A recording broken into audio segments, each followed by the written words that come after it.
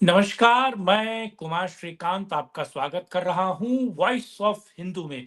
आज बात कुंभ को लेकर, जो कुंभ होने वाला है और जो कुंभ 13 जनवरी से आरंभ है, वो किस तरीके से महत्वपूर्ण है और 29 की तैयारी, यानी कि बीजेपी का 29 का पीएम का चेहरा क्या होगा, आरएसएस के क्या प्लान है कुंभ को लेकर और खास तौर से बीजेपी कैसे 29 में बीजेपी पीएम के चेहरे के लिए एक मंथन करने जा रही है इसी कुंभ के बीच, और इस कुंभ में मंथन करके क्या निकलेगा, आज इसी पर बात करने वाला हूं। आरएसएस के प्लान को डिकोड करने वाला हूं।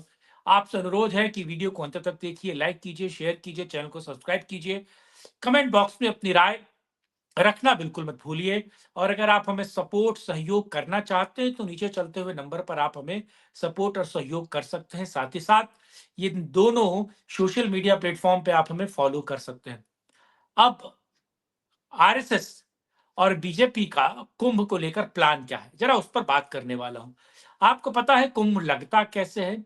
दरअसल आपको पता है, देवताओं और असुरों के बीच शांति व्यवस्था स्थापित करने के लिए, और एक तरीके से कहा जाए कि जो जो असुर थे उनका आधिपत्य साइड करने के लिए या फिर उनको पराभव देने के लिए देवताओं और असुरों में एक तरीके की संधि हुई।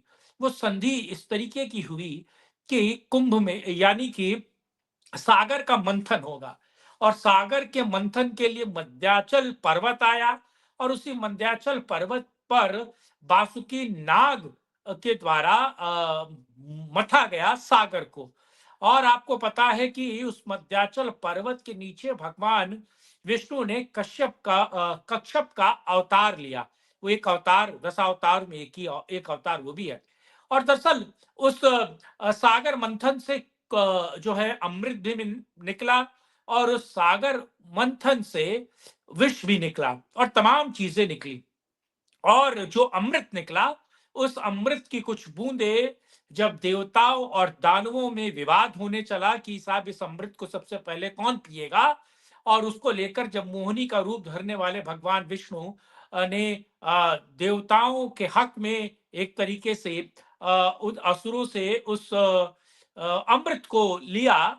और आपको पता है राहु केतु किस तरीके से भगे, और उस अमृत के कुछ बूंदे जो है वो पृथ्वी पर अलग अलग जगह गिरी, और उसके परिणाम कुंभ, अर्धकुंभ और पूर्ण कुंभ जो है वो मनाया जाता है, वो आपको पता है। और ये वाला जो कुंभ है वो 144 साल बाद आया है।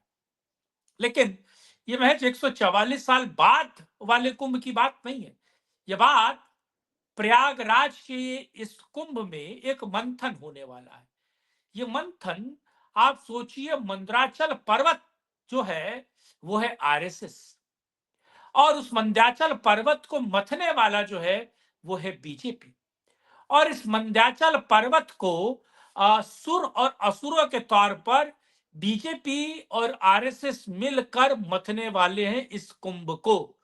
और इस कुंभ के मथने से निकलने वाला है अमृत, और वो अमृत 2029 के एक तरीके से चुनाव परिणाम या 2029 की पीएम कैंडिडेट के लिए मथा जा रहा है।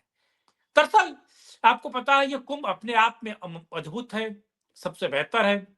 इस कुंभ में देश विदेश और अंतर्राष्ट्रीय लोग आने वाले हैं, और उत्तर प्रदेश सरकार ने एक पूरी तैयारी इस कुंभ को लेकर कर रखी है।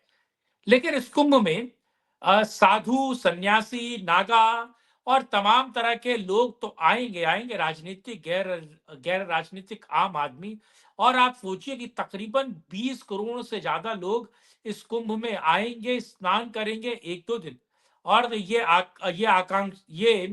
आकांक्षा है कि तकरीबन 40 करोड़ तक ये डेटा, यानी कि लोगों की संख्या बढ़ सकती है, और करोड़ों रुपए का आपको पता है कि जीडीपी को उससे फायदा होगा। बहरहाल पिछला कुंभ 1,35,000 करोड़ रुपए उस पूरे कुंभ में जनरेट हुआ था, जो अखिलेश यादव की सरकार में हुआ था। दरअसल अब मुद्दे पर आता हूं।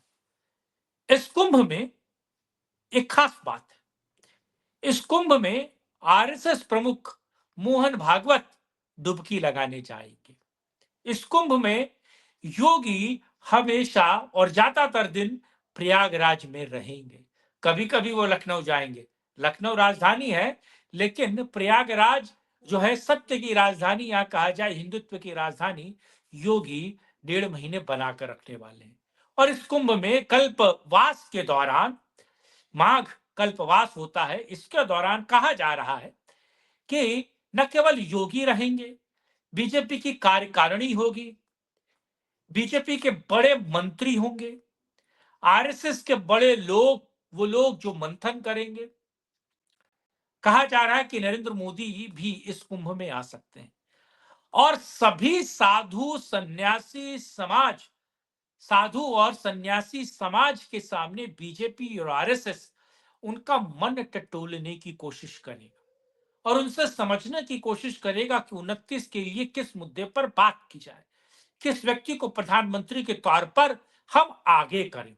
देश क्या जानता है, क्योंकि साधु सन्यासी भले गैर राजनीतिक लोग होते, लेकिन राजनीति उनसे बेहतर कोई समझता नहीं है, क्योंकि वो आम आदमी की नब्ज पकड़ते हैं, और आम आदमी चाहता क्या है, सुनना क्या चाहता है, देखना क्या चाहता है, समझना क्या चाहता है, या अपने ऊपर किस तरीके के प्रयासों को, सरकारी या गैर सरकारी प्रयासों को आम आदमी किस तरीके से लेता है। आम आदमी दिल्ली वाले की आम आदमी की बात नहीं कर रहा हूं। तो इस बीच कहा जा रहा है कि ये पूरी तैयारी होगी कि आरएसएस, साधु समाज, बीजेपी और तमाम हिंदूवादी लोगों से प्रयागराज में इस मंथन के रूप में निकाला जाए कि आखिर 29 में पीएम का चेहरा किसको रखा जाए। और ज्यादातर लोग जो अभी इस कुंभ की आगवानी कर रहे हैं या इस कुंभ में पहुंच चुके हैं, वो सीधे तौर पर प्रधानमंत्री के तौर पर जो है योगी आदित्यनाथ को प्रमोट करने वाले हैं। योगी आदित्यनाथ के चेहरे और उस नारे पटोगे तो कटोगे के नारे को प्रमोट करने वाले, वो इस बात को लेकर बिल्कुल संजीदा है, इस बात को लेकर बिल्कुल तैयार है, या फिर कहा जाए इस बात को लेकर बिल्कुल एक तरीके से मजबूती के साथ खड़े हैं कि अगर योगी का नाम 29 में रखा जाता और 27 में योगी तीसरी बार उत्तर प्रदेश के मुख्यमंत्री के तौर पर शपथ ले लेते हैं, तो 29 में योगी आदित्यनाथ का चेहरा सबसे आगे रखा जाएगा। योगी आदित्यनाथ के नाम पर इस देश में चुनाव लड़ा जाएगा, क्योंकि योगी आदित्यनाथ का कद लगातार बढ़ रहा है, और इतना बढ़ रहा है जिसमें कहीं ना कहीं बाकी लोग गौण छोटे नजर आ रहे हैं। दिल्ली में तो आपको पता है योगी आदित्यनाथ की एंट्री हो चुकी है राजनीतिक तौर पर, लेकिन देश के राजनीति में परिप्रेक्ष्य के तौर पर, देश के राजनीति के परिप्रेक्ष्य के तौर पर योगी आदित्यनाथ की एंट्री इस कुंभ में होने वाली है। और कहा जाए आरएसएस का ठप्पा और हिंदूवादी लोगों का ठप्पा, खास तौर से जो राष्ट्रवादी हैं, उन लोगों का ठप्पा, यानी कि विजयी भव योगी आदित्यनाथ, आगे जाइए, हम आपके साथ हैं, इस कुंभ में आपको सुनाई देगा। और इस कुंभ में मंथन से ये कम से कम अमृत जो योगी आदित्यनाथ के हाथ लगने वाला है, विष भी निकलेगा, पर विष किसके हाथ लगेगा और विष किसके माथे सजेगा, ये अलग विषय। लेकिन इतना क्लियर है कि योगी आदित्यनाथ इस कुंभ में एक बड़े चेहरे के तौर पर, एक राष्ट्रव्यापी चेहरे के तौर पर, हिंदू हितैषी, और जो हिंदू हित की बात करेगा वो हिंदुओं पर राज करेगा, जो मुद्दा है, जो बात है ना, वो इस कुंभ में परिलक्षित होती दिखाई देगी आपको। ये प्रिडिक्शन है, लेकिन ये सच भी होगा। और इस बात को लेकर आप क्या सोचते हैं, कमेंट बॉक्स में अपनी राय रखिएगा। लाइक, शेयर, चैनल को सब्सक्राइब कीजिएगा, और हमारा सपोर्ट करना बिल्कुल नहीं भूलिएगा।